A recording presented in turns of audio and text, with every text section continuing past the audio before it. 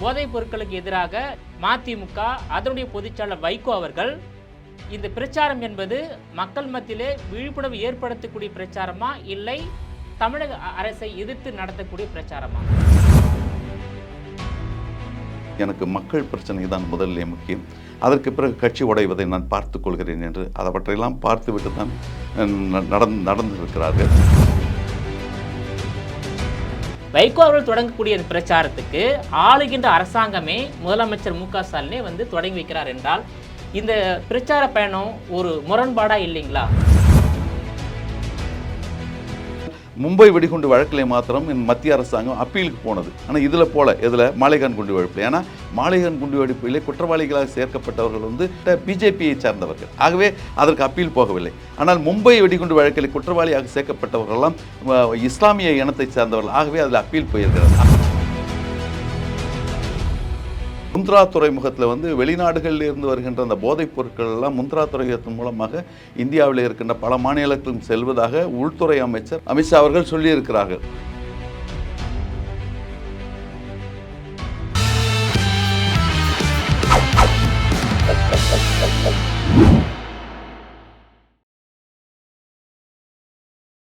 GeM TV நேயர்கள் அனைவருக்கும் வணக்கம். மதிமுகவின் உயர்நிலை குழு உறுப்பினர் ஆவடி அந்தரிதாஸ் அவர்கள் நம்மோடு இணைந்துள்ளார். அவரிடம் விரிவாக விவாதிக்கலாம்.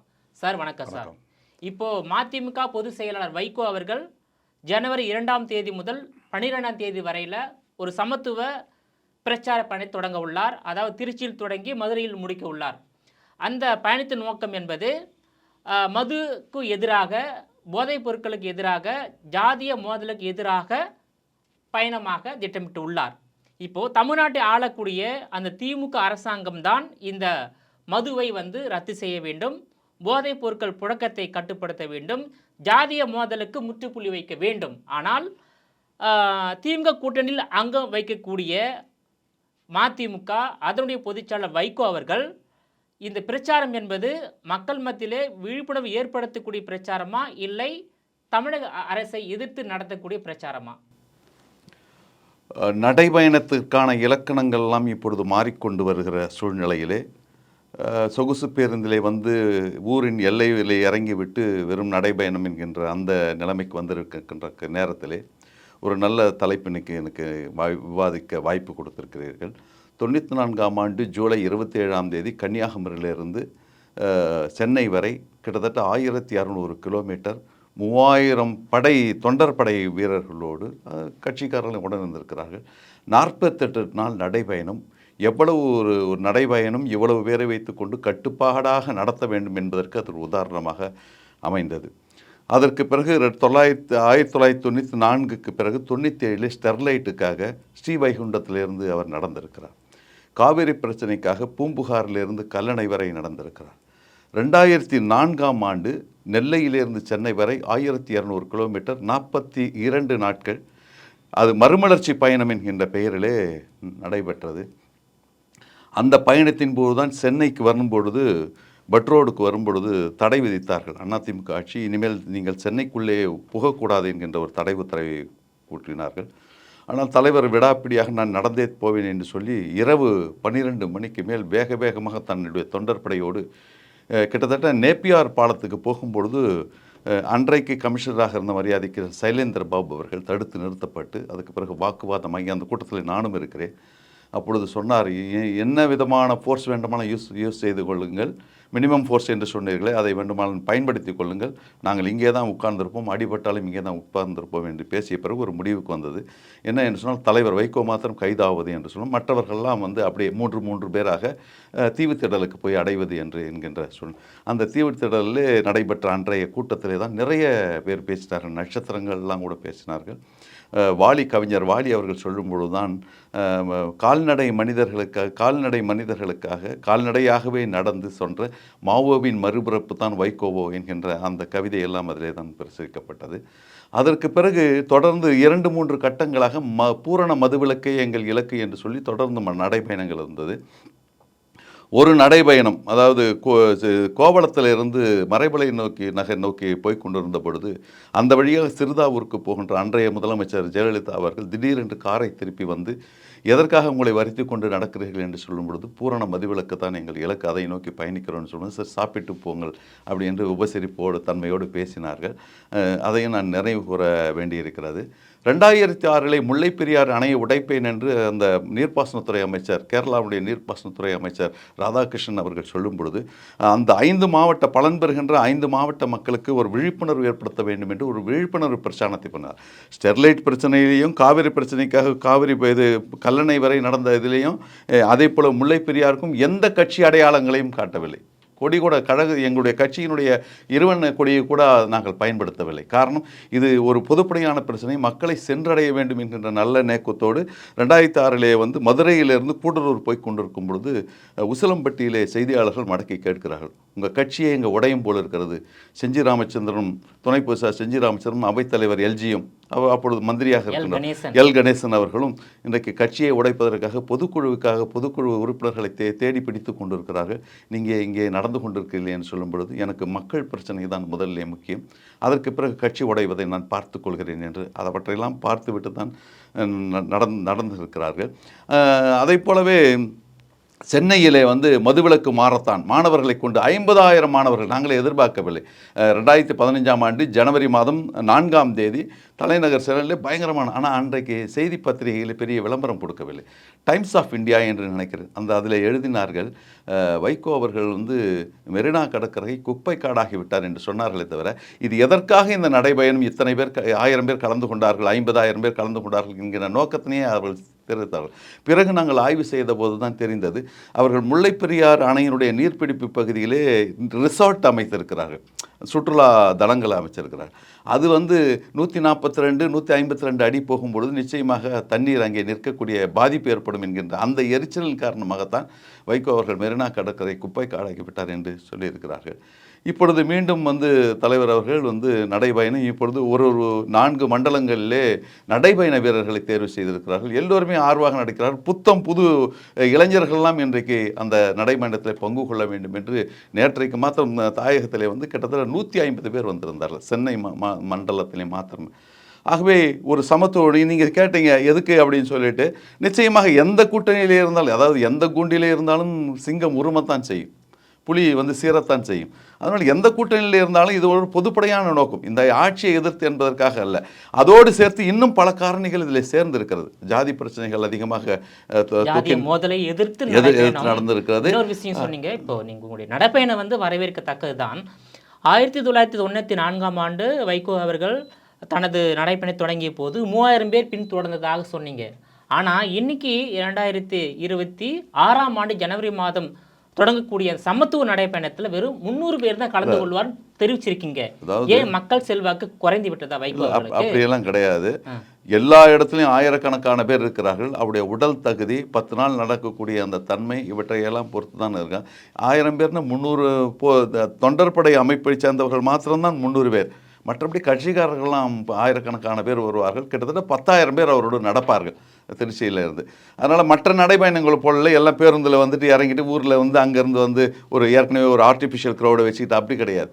தொடர்ந்து எல்லா இடங்களும் தான் தங்குகின்ற விடுதிக்கு கூட நடந்து தான் செல்வார். அப்படிப்பட்ட ஒரு நடைபயணத்தை தான் நடக்கிறார். என்னென்னா, இன்றைக்கு போதையோடு, டாஸ்மாக் என்கின்ற போதையோடு இன்றைக்கு நம்ம முந்த்ரா துறைமுகத்தில் வந்து வெளிநாடுகளில் இருந்து வருகின்ற அந்த போதைப் பொருட்கள் எல்லாம் முந்த்ரா துறைமுகத்தின் மூலமாக இந்தியாவில் இருக்கின்ற பல மாநிலங்களுக்கும் செல்வதாக உள்துறை அமைச்சர் அமித்ஷா அவர்கள் சொல்லியிருக்கிறார்கள். ஆகவே அதை வந்து இன்றைக்கு பள்ளிக்கூட வளாகங்களுக்குள்ளே வந்துட்டு இருக்குது. ஆகவே இது எந்த ஆட்சி இருந்தாலும் இது கொடுமையான ஒன்று. ஆகவே அதோடு சேர்ந்து டாஸ்மாக் போதையோடு இந்த போதையும், கஞ்சா போதையும், அபின் போதையும் அதிலிருந்து விடுபட வேண்டும். ஏன்னா சின்ன சின்ன சிறுவர்கள் கூட அதுக்கு பலியாவதற்கான வாய்ப்பு இருக்குது. டாஸ்மாக் போதையினா கூட வெளியில் தெரிஞ்சிடும். ஆனால் இந்த வேறு வடிவங்களில் வந்து கொண்டு இருக்கிறது அந்த கஞ்சா போதை. சிறுவர்கள் போயிட்டு டாஸ்மாகில் வந்து மதுபான கொடுக்க மாட்டாங்க. ஆமாம். ஆனால் இதுவே போதைப் பொருட்கள் வந்து கடையில் கொடுத்துருவாங்க. கடையில் இல்லை, பள்ளிக்கூடத்துக்கு அருகாமையிலே கிடைக்குது. ஆகவே இது வந்து ஒரு முக்கியமான காலகட்டம். இது அரசியல் லாப நஷ்ட கணக்குகளை கொண்டு கொண்டு இந்த நடைபயணம் கிடையாது.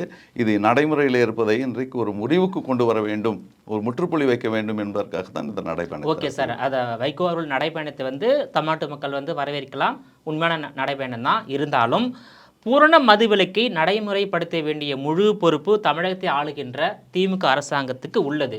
இன்னொரு விஷயம் வந்து போதை பொருட்கள் புழக்கத்தை முற்றிலுமாக கட்டுப்படுத்தக்கூடிய பொறுப்பும் அதிகாரமும் தமிழக காவல்துறைக்கு உள்ளது. காவல்துறைக்கு பொறுப்பு வைக்கக்கூடிய முதலமைச்சர் மு க ஸ்டாலினுக்கு உள்ளது. அதேபோல் தமிழ்நாட்டில் ஜாதிய மோதல், குறிப்பாக பள்ளி கல்லூரி மாணவர்களிடையே ஏற்படக்கூடிய ஜாதிய மோதலை தடுக்கின்ற பொறுப்பும் அதிகாரமும் ஆளுங்கட்சிக்கு உள்ளது. ஆனால் வைகோ அவர்கள் நல்ல அரசியல் அனுபவசாலி.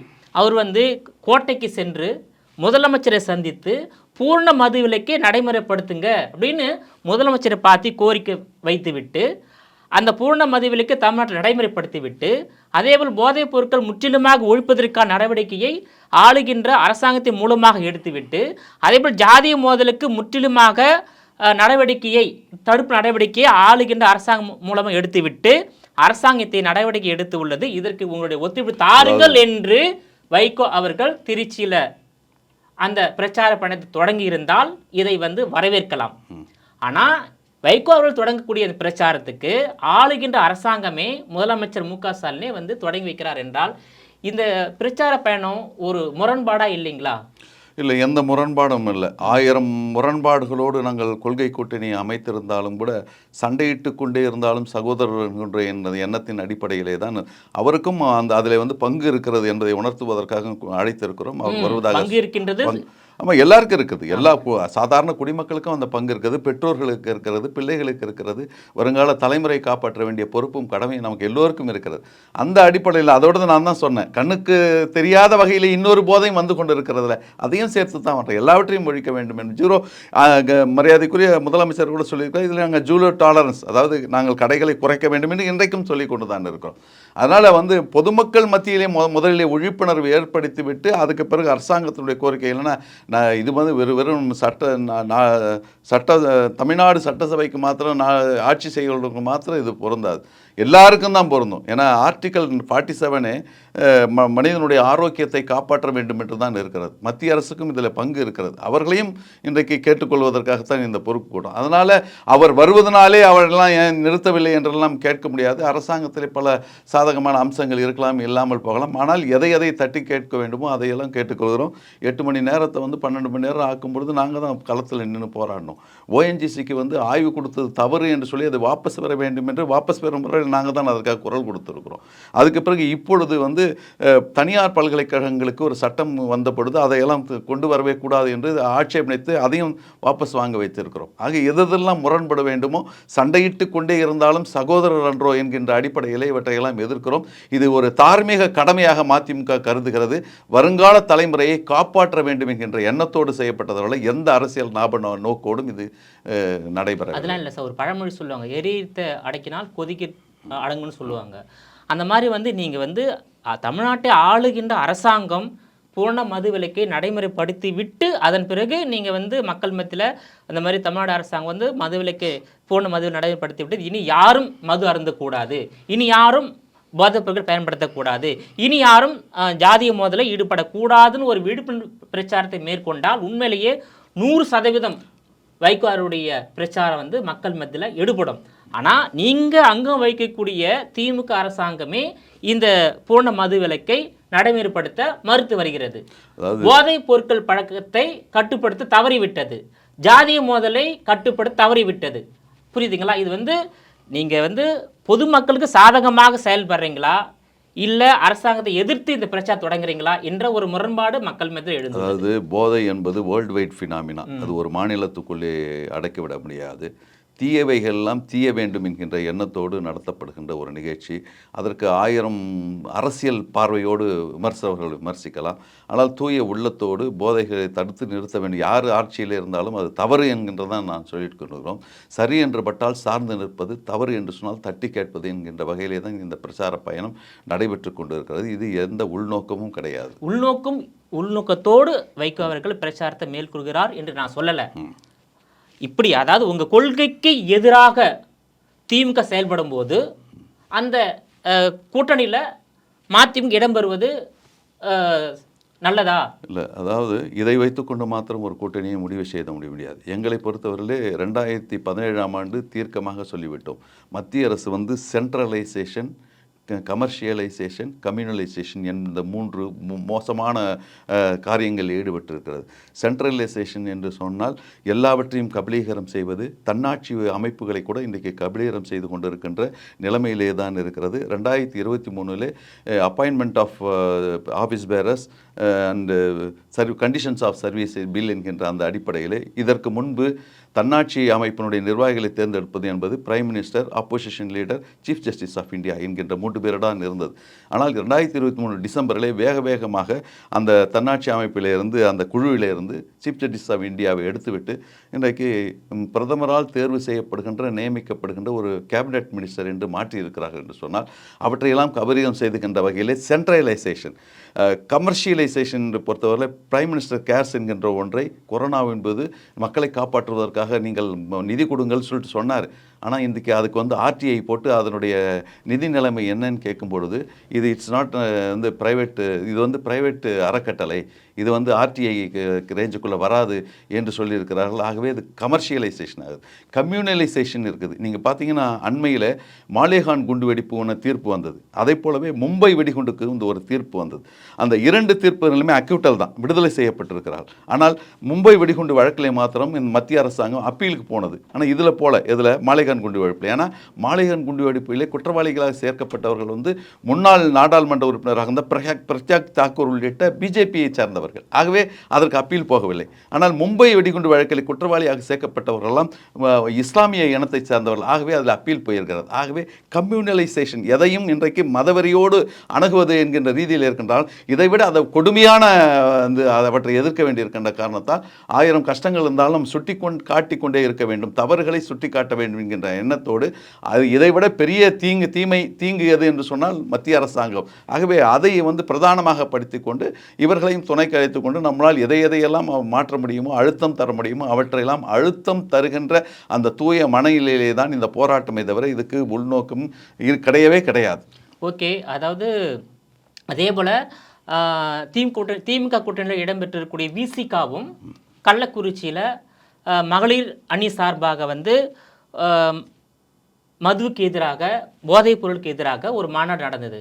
அந்த மாநாடுடைய அஜெண்டா என்னன்னாக்கா திமுக அரசாங்கம் எதிர்த்தான் நடைபெற்றது. அந்த மாநாட்டில் வந்து திமுகவை சேர்ந்த அமைப்பு செயலாளர் RS பாரதி, திமுக செய்தி தொடர்புத்துறை தலைவர் TK செல்வகுமார் கலந்து கொண்டாங்க.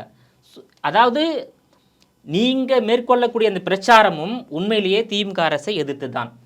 அதே போல் அன்றைக்கு விசிக சார்பாக நடைபெற்ற அந்த மகளிர் மது ஒழிப்பு, போதைப் பொருட்கள் எதிராக மாநாடும் திமுக அரசு எதிர்த்தான். ஆனால் 2லையுமே அவங்க வந்து கலந்துக்கிறாங்க. இது எப்படி பார்க்குறீங்க சார்? இல்லை, அதாவது நீங்கள் சொன்ன மாதிரி முதலமைச்சருடைய வீட்டிற்கு போய் சொல்வது அல்லது தலைமைச் செயலகத்திற்கு போய் சொல்வதும் ஒன்று தான், அவரை வரவழைத்து அவரை வைத்து கொண்டு பேசுவதும் ஒன்று தான். அந்த வகையிலே தான் அவருக்கு நாங்கள் தெரியப்படுத்துகிறோம். அது இல்லாமல் நாங்கள் வெறும் பேசிவிட்டு போகவில்லை, அதற்குண்டான முன்னுதாரணங்கள் இது ப்ரிசிடென்ட் என்று சொல்வார்கள். அது முன்னுதாரணம். 2015ஆம் ஆண்டு ஆகஸ்ட் மாதம் சசி பெருமாள், எல்லாத்துக்கும் ஒரு சேச்சுரேஷன் பாயிண்ட், சசி பெருமாள் அவர்கள் வந்து போராடி தன்னுடைய உயிரை துறந்தார். அதிலே கூட மாறுபட்ட ஒரு விமர்சனங்கள் அதில் இருக்கிறது. அப்பொழுது அது ஒரு சேச்சுரேஷன் பாயிண்ட்டை அடைந்தது. இப்படியெல்லாம் போராடுகிறார்களே, நம்ம ஊரிலே வந்து டாஸ்மாக் கடை இருக்கிறது எப்படியாவது ஒழிக்க வேண்டும் என்பதற்காகத்தான் கலிங்கப்பட்டியிலே ஒரு பெரிய போராட்டம் நடந்தது ஆகஸ்ட் மாதம் 1ஆம் தேதி. அதில் வந்து தலைவர் வைகோவனுடைய தம்பி அவர்கள் மீது 147, 148, 307 போன்ற ஐபிசி, அன்றைக்கு ஐபிசி அந்த பிரிவுகள்லாம் போடப்பட்டன. அதுக்கு பிறகு டியர் கேஸ், ஷெல் கேஸ் எல்லாம் இது வந்து துப்பாக்கி சூடு அளவுக்கு வந்தது. உண்ணாவிரதமெல்லாம் இருந்தார்கள். அந்த கடை சூறையாடப்பட்டது. அப்பொழுது 4ஆம் தேதி, ஆகஸ்ட் மாதம் 4ஆம் தேதி அந்த ஊராட்சி மன்றத்திலே, குருவிக்குளம் ஊராட்சி மன்றத்திலே தீர்மானம் போடுகிறார். அதில் வந்து அதுக்கு பிறகு வந்து மதுரை ஹைகோர்ட்டுக்கு போகிறார். அதில் நாகநாதன் முரளிதரன் அமர்வு என்ன சொல்கிறதுன்னு சொன்னால், ஆமாம், ஒரு ஊராட்சி மன்றத்தில் தீர்மானம் போட்டால் அந்த கடையை சாத்தித்தான் ஆக வேண்டும் என்கின்ற ஒரு தீர்மானத்தை கொடுத்தார்கள். அதுக்கு பிறகு ஓபிஎஸ் வந்து பொறுப்பு முதல்வராக இருக்கும்பொழுது அதை கொண்டு உச்சநீதிமன்றத்திற்கு அப்பீலுக்கு சென்றார். ஆனால் அதிலேயும் 2017 பிப்ரவரி மாதம் 13ஆம் தேதி 27ஆம் தேதி என்று நினைக்கிறேன் உச்சநீதிமன்றம் இன்னொரு தீர்ப்பை இறுதியாக கொடுத்தது. என்ன என்று சொன்னால், ஒரு ஊராட்சி மன்றத்தில் தீர்மானம் போட்டால் அந்த கடையை சாத்தித்தான் ஆக வேண்டும் என்கின்ற ஒரு முன்னுதாரணத்துக்காக நாங்கள் போராடி இருக்கிறோம் என்பதை உங்களுக்கு நான் தெரியப்படுத்துகிறேன். சரி சார், இப்போ வந்து திமுக கூட்டணி இடம்பெற்றுள்ள காங்கிரஸ் கட்சியும் பூரண மதுவிலக்கை நடைமுறைப்படுத்த வேண்டும் என்று கோரிக்கை வைத்து போராடி வருகிறது. ஏன்னா காங்கிரஸ் கட்சி ஆட்சியில் தான் முதல் முறையாக தமிழ்நாட்டில் பூரண மதுவிலக்கு நடைமுறைப்படுத்தப்பட்டது. அடுத்ததாக மதிமுகவும் பூரண மதுவிலக்கை நடைமுறைப்படுத்த வேண்டும் என்று கோரிக்கை வைத்து வருகிறது. விசிகாவும் பூரண மதுவிலக்கை நடைமுறைப்படுத்த வேண்டும் என்று கோரிக்கை வைத்து உள்ளது. ஸோ இந்த 3 பெரிய கட்சி தான். காங்கிரஸ் வந்து தேசிய கட்சி, மதிமுகவும் ஒரு பெரிய கட்சி, விசிகாவும் வளர்ந்து வரக்கூடிய பெரிய கட்சி. இந்த 3 கட்சியின் கோரிக்கையை திமுக அரசாங்கம் ஏன் நிறைவேற்றக்கூடாது? நிறைவேற்ற வேண்டும். 2026 நீங்க மீண்டும் கூட்டணி அமைத்து இதில் சந்திக்கும் போது எங்கள் கோரிக்கையை பூர்ண மதுவிலக்கு நடைமுறைப்படுத்த வேண்டும், போதைப் பொருட்களுக்கு முற்றுப்புள்ளி வைக்க வேண்டும், ஜாதிய மோதலுக்கு முற்றுப்புள்ளி வைக்க வேண்டும், இதற்கெல்லாம் தீர்வு காணப்படும் என்று உறுதி அளித்தால் தான் நான் கூட்டணியில் இடம்பெறுவோம் என்று உங்களால கோரிக்கை வைத்து கூட்டணி அமைக்க முடியுமா? ஒரே ஒரு பிரச்சனையை மாத்திரம் வைத்துக்கொண்டு ஒரு கூட்டணியை முடிவு செய்து விட முடியாது. பல ஃபேக்டர்ஸ் வந்து சேர்ந்து தான் முடிவெடுக்க முடியும். காங்கிரஸுக்கு ஒரு காலத்தில் என்ன ஒரு அபிப்பிராயம் இருந்ததோ அதே அபிப்பிராயம் இப்போ மாறி கூட இருக்கலாம், மாறி இருக்கிறது. ஏன்னு சொன்னால், சென்ற நாடாளுமன்ற தேர்தலில் கூட நீங்கள் காங்கிரஸினுடைய தேர்தல் அறிக்கையை பார்த்தீங்கன்னா அவங்க சொல்லுவாங்க, கன்கரண்ட் லிஸ்ட்டில் இருக்கிற கல்வியை இன்றைக்கு மாநில பட்டியலுக்கு கொண்டு வருவோம் என்கின்ற வாக்குறுதியும் கொடுத்துருக்காரு. ஆனால் ஒரு காலகட்டத்தில் அதை வந்து 42வது சட்ட திருத்தத்தின் மூலம் அதை வந்து மத்திய பட்டியலுக்கு எமர்ஜென்சியின் போது கொண்டு சென்றார்கள். அவருடைய நிலைமையிலே இப்படி ஒரு ஷிஃப்ட் தெரியுதில்ல. அவங்க வந்து தேர்தல் அறிக்கையில் ப்ராமிஸ் பண்ணியிருக்காங்க, நாங்கள் வந்தால் வந்து மாநில பட்டியலுக்கு கல்வியை கொண்டு வருவோம் என்று சொல்லியிருக்கிறார்கள். அதே போலவே நீட்டுக்கு வந்து விதிவிலக்கு மாநிலங்கள் எந்தெந்த மாநிலங்கள் விரும்புகிறதோ அவற்றுக்கெல்லாம் விதிவிலக்கு தருகிறோம் என்கின்ற இடத்திற்கும் நகர்ந்திருக்கிறார். அப்படி ஏன் நீங்கள் நகர்த்துவதாக நீங்கள் நினைக்கக்கூடாது? திமுகவையும் நாங்கள் எல்லாம் சேர்ந்து கொண்டு, காங்கிரஸ், விசிகே, மதிமுக எல்லாம் சேர்ந்து கொண்டு அவர்களை கொஞ்சம் கொஞ்சமாக நகர்த்துவதற்கு முயற்சிக்கிறோம். அந்த முயற்சியே தவறு என்று சொன்னால் என்ன செய்வது? இல்லை, இப்போ 2026 மீண்டும் திமுக ஆட்சிக்கு வந்தால் நீங்கள் எல்லாம் ஒட்டுமொத்தமாக இணைந்து முதலிடம் கோரிக்கை வைத்து தமிழ்நாட்டில் பூர்ண மதுவிலக்கு நடைமுறைப்படுத்த முயற்சி செய்வீங்க. அதனை வந்து திமுக ஏற்றுக்கொள்ளுமா? கோரிக்கை வைப்போம், எங்களுடைய தேர்தல் அறிக்கைகளை தெளிவாக சொல்வோம். எவ்வளவு இது அந்த அடிமேல் அடி எடுத்தால் அம்மியும் நகர் என்று சொல்வார்கள், அது நகர்த்துவதற்கு உண்டான வேலைகளை நிச்சயமாக பார்ப்போம். சரி சார், அந்த தமிழ்நாட்டில் பூர்ண மதுவிலக்கு நடைமுறைப்படுத்தினால் நல்லது. அதை பொதுமக்கள் விரும்புகிறாங்க, பல்வேறு அரசியல் கட்சி தலைவரும் விரும்புகிறாங்க. குறிப்பாக பாஜக ஆளக்கூடிய பல்வேறு மாநிலங்களில் பூர்ண மதுவிலக்கு இருக்கின்றது, அது உங்களுக்கு தெரியும். தமிழ்நாட்டில் பூர்ண மதுவிலக்கை கொண்டு வந்தால் அது வரவேற்கத்தக்கது. நீங்களும் அந்த சித்தாந்தத்தை ஜெயிக்கிறீங்க, காங்கிரஸும் ஜெயிக்குது, விசிகாவும் ஜெயிக்குது. அதே போல வந்து பாமக போன்ற கட்சிகளும் அதை வலியுறுத்தி வருகிறது, ஜெயிக்கும். ஒட்டுமொத்த தமிழ்நாட்டுக்கும் மக்களுக்கும் கிடைக்கின்ற வெற்றி உங்கள் மூலமாக, விசிகே மூலமாக, காங்கிரஸ் மூலமாக கிடைக்கும். இப்போ வந்து மதிமுகவிலிருந்து வெளியேற்றப்பட்ட மல்லை சத்யா திராவிட வெற்றி கழகம் ஒரு கட்சி ஆரம்பித்துள்ளார்.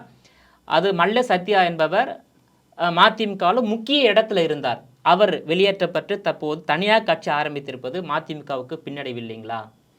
இல்லை, எந்த பின்னடையும் இல்லை. மனிதர்கள் வருவார்கள் போவார்கள், நான் ஓடிக்கொண்டே இருப்பேன் என்று ஓடை சொன்னதைப் போல ஒரு இயக்கத்தில் வந்து வருவார்கள் போவார்கள். சாவே இல்லாத வீட்டிலேருந்து விபூதி கொண்டு வான்னு சொன்னால் யாராலையும் கொண்டு வர முடியாது. கட்சியிலேருந்து வெளியிலே போகாத ஆட்கள் ஏதாவது ஒரு கட்சி இருக்கிறதான்னு சொன்னால் கிடையாது. எல்லா கட்சியிலையும் எல்லா இயக்கத்திலையும் அவ்வப்போது வருவார்கள் போவார்கள். நான் அதனால தான் 2006 மிகப்பெரிய ஆளுமையாக இருந்தவர், மரியாதைக்குரிய மொழிப்போர் தளபதி என்று வர்ணிக்கப்பட்ட கட்சியினுடைய அவைத்தலைவர், தரைப்படை தளபதி என்று எங்களால் வந்து அன்போடு அழைக்கப்பட்ட மத்திய இணை அமைச்சராகவும் இருந்த செஞ்சி ராமச்சந்திரன் அவர்கள். இவர்கள் போன போதே பொதுக்குழு உறுப்பினர்கள்லாம் அவர்கள் வலைவீசி தேடி பிடித்தார்கள், ஒன்றும் செய்ய முடியலை. இந்த இயக்கம் வந்து வைகோவுக்காக ஆரம்பிக்கப்பட்ட இயக்கம் அடுத்த தலைமுறையோட இப்பொழுது தகமாய்த்து கொண்டுகிறது.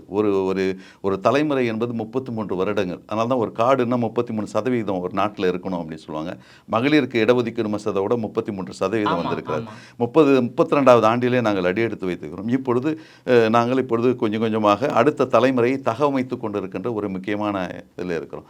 அதனால் அவர் வந்து தனி கட்சி தொடர்வதில் எங்களுக்கு ஒன்றும் ஆட்சேபம் ஆட்சேபனைகளை என்று அதுல கூட தொடங்கி அரசியல் சந்திக்க போகிறார்.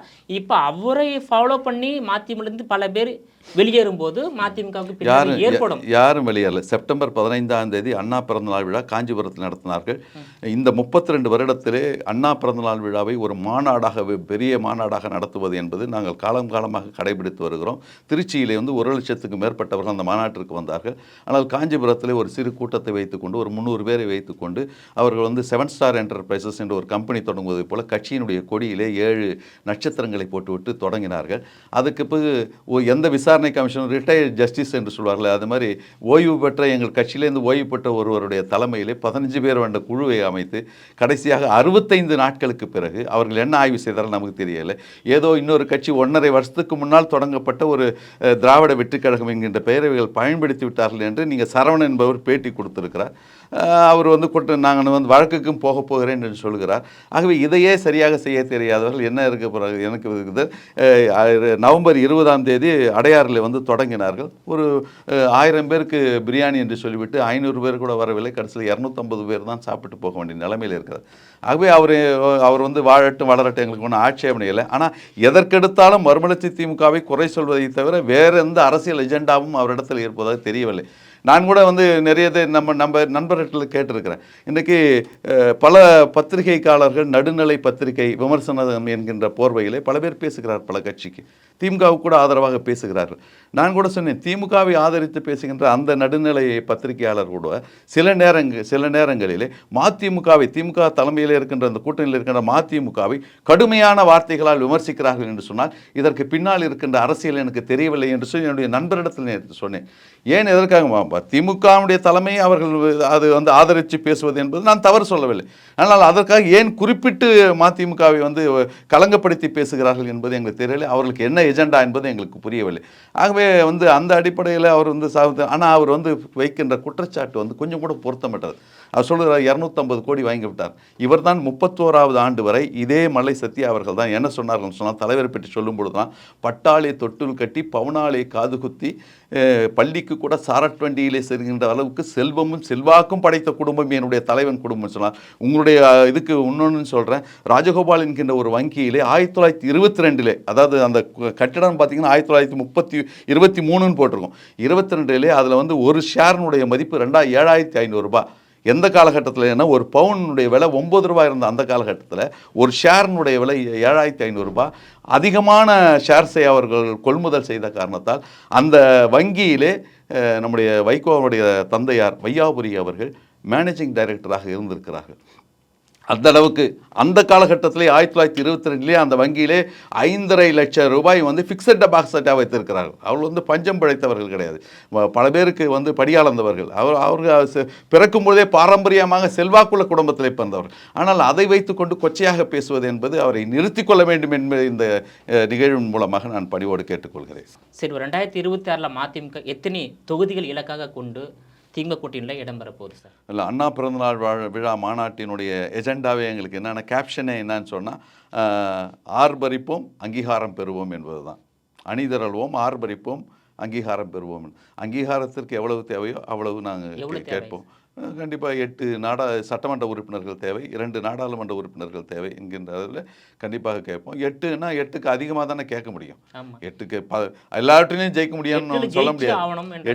8 சட்டமன்ற உறுப்பினர் கண்டிப்பாக ஜெயித்தே ஆக வேண்டும் என்கின்ற நிலைமையிலே அதற்கு கொஞ்சம் கூடுதலாக அது 2 தலைமைகளும் முடிவு செய்யலாம். இந்த கான்ட்ராவர்சியில் நான் அகப்பட்டுக் கொள்ள விரும்புவேன். 2 நாடாளுமன்ற உறுப்பினர் தொகுதியும் கொடுத்தாகணும்.